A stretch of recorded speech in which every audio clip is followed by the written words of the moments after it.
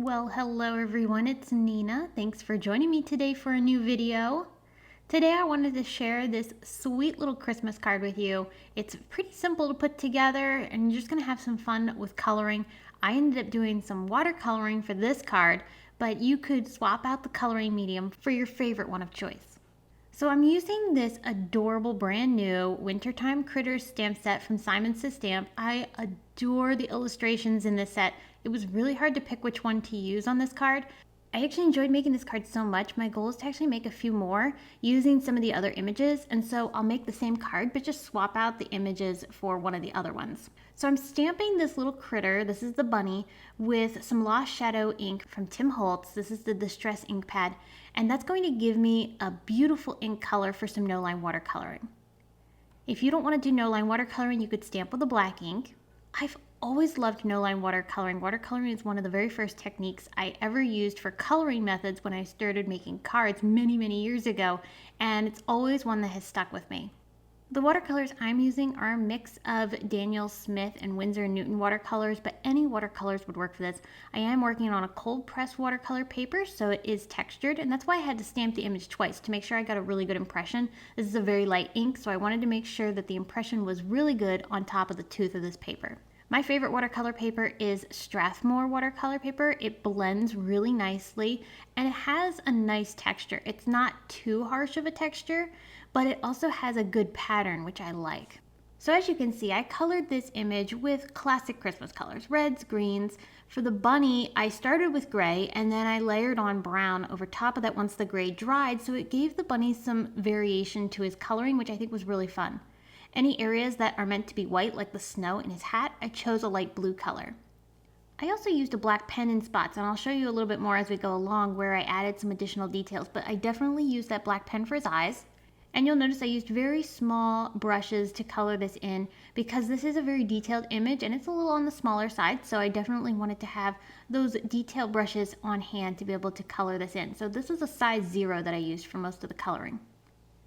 I did bring in a slightly larger brush so I could do some splattering. I love to add splatters on top of my watercoloring. It adds some nice interest, and a larger brush will help you get a little bit more variety in the splatters. Here's where I brought in that black pen. I added additional details, like I thought he needed whiskers. I drew those in, and then I also added additional details around his fur. I also added some texture to the presents, little areas of detail, very small, but enough that it enhances the image. There are coordinating dies for this stamp set, which I thought were awesome. So I'm going to go ahead and use the die to cut the bunny out, and I'm going to put him on top of this background that I'm making from this Fir Tree Branches embossing folder. This is an older embossing folder from Simon, but it's one of my absolute favorites. I have it linked below in the video description, as well as on my blog, along with all the other products that I'm using today. You actually might even have this embossing folder. It's a great one for adding really nice wintry details behind your images. I added some ink blending in blue CADETTE ink from Simon Says Stamp on the 2 corners, and then using a detail blending brush and some sage ink, I added just a light bit of coloring on some of the fir branches, so that way it added a touch of green and it made it feel like the branches were part of the scene. I did splatter this with some Shimmer mist from Brutus Monroe. It's one of my absolute favorite products that I use very frequently on my card projects. It adds that perfect amount of shimmer. It's not distracting, but when it catches the light, you can really see that shimmer sparkle. And the bunny, I just adhered down onto my panel here that is a little bit smaller than an A2 card, and I used foam tape for that.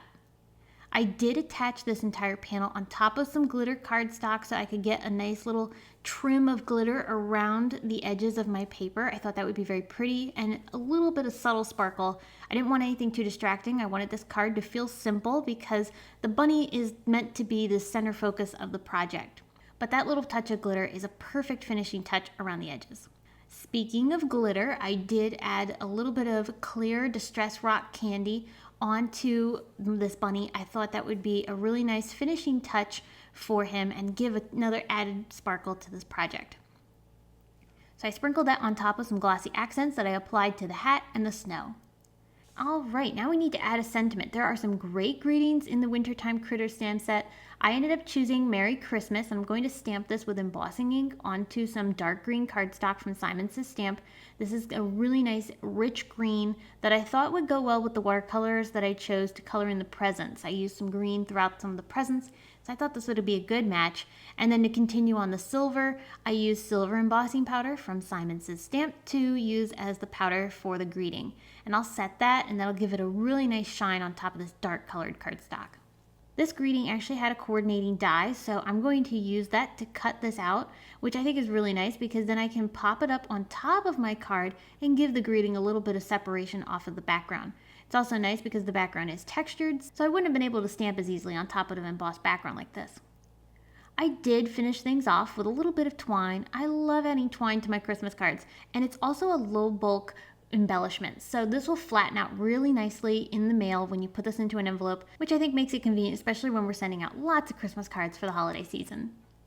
So this is the little card that I made using this Wintertime Critter stamp set from Simon Says Stamp, along with a few other products.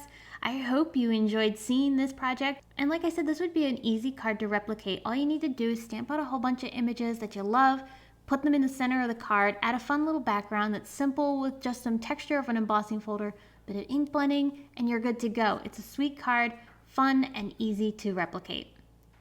I hope you enjoyed, and if you're interested in any of the products that I used today, you can definitely find them below if you're interested. I appreciate that you watched this video. Thank you so much for doing so. I hope you got something out of it, and thank you again for stopping by. I'll be back very soon to share more with you all, but until then, have a wonderful day.